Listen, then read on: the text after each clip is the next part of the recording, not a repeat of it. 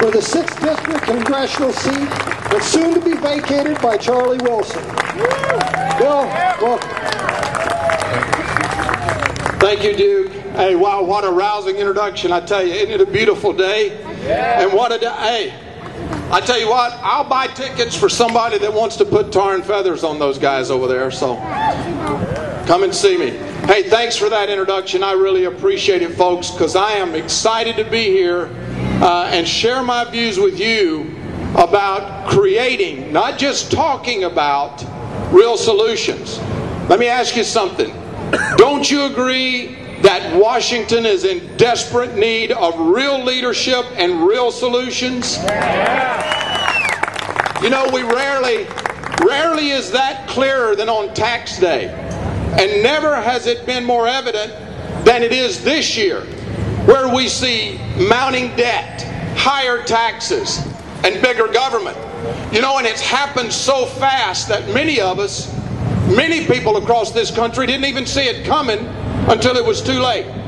But let me tell you something, it's not too late. We're here to send a message. There's a popular email going around that says campaigns have consequences. Well, let me tell you something. That email points to House votes on cap and trade, stimulus, bailouts, and Obamacare. We're here today to send a message to those free spenders in Washington that irresponsible governance has consequences.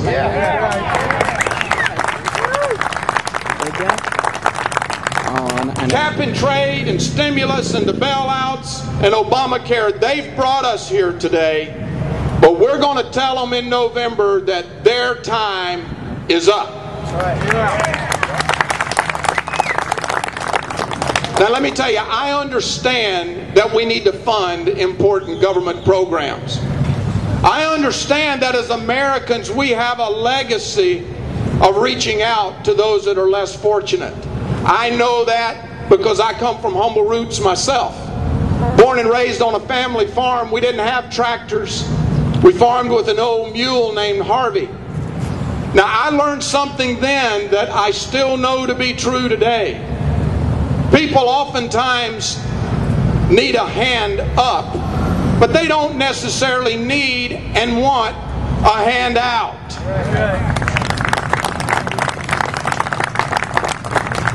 You see, I got a hand up. It was called opportunity, and it was provided to me by this great American system that we have. I volunteered to join the Air Force out of high school. I worked hard in my off-duty time to earn a college degree. Finally got an ROTC scholarship. I received training in military operations and information technology. And I use those skills today as a chief information officer for a global manufacturer that's headquartered up in Warren. Unfortunately, the majority of our government programs today and entitlement programs are handouts. And they amount to nothing more than IOUs, folks. IOUs that are being passed on to your kids, my kids, our grandkids for future generations. That's the kind of spending that's killing businesses in this country and that's hurting Americans all across Ohio and all across this great land. Let me tell you something. Business used to be the life spring in America. Small business. Today, small businesses are strangled by a federal bureaucracy that's choking them with unfunded mandates and unfair competition and undue regulation. What does that come from? Poor leadership, lack of leadership, self-serving leadership. Folks, I'm going to tell you, I'm concerned because I believe of the very character of our nation is at stake. I believe we're in jeopardy of losing our place as the leader on many fronts in the world. We're incurring debt we can't fund. We're building an economy that is not competitive on a global scale. We've stood by and watched in just a short year how this administration has taken us perilously far from our Constitution. Thomas Jefferson said, I predict future happiness for Americans if they can but keep the federal government from wasting the labors of the people under the pretense of taking care of them.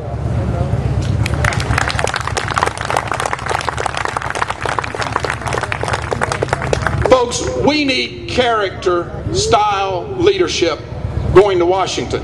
I don't know how many of you saw Ronald Reagan's funeral. I don't know how many of you saw the scene of Mikhail Gorbachev standing in the rotunda of the Capitol. Now, Mikhail Gorbachev, if you recall, was the leader of the Soviet Union. He and Ronald Reagan were the two most powerful men on the planet when they were in power. And yet he was standing there in the rotunda with his hand on Reagan's casket, and he was weeping so hard that his shoulders were heaving.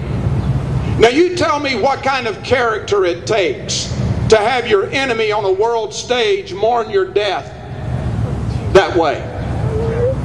Folks, we got to have Reagan-style character and leadership going to Washington.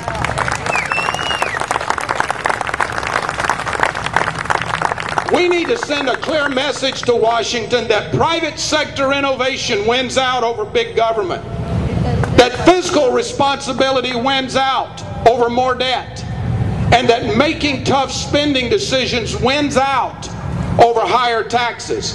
We need to say no to irresponsible, self-serving decision-making in Washington. And we need to say yes to a limited, focused federal government, one that will adhere to the principles of the Constitution, one that will create wealth, one that will create wealth rather than redistributing it, one that will create jobs rather than stepping on them.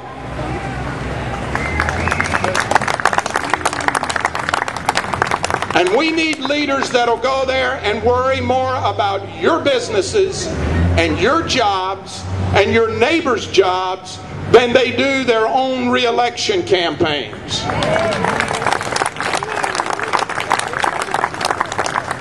Folks, I'm committed to stopping the reckless spending.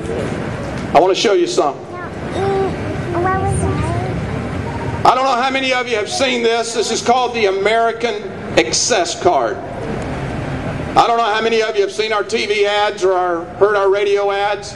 It's called the American Excess Card, and on the back of it it says, it's signed, by the way, by Barack Obama and Charlie Wilson.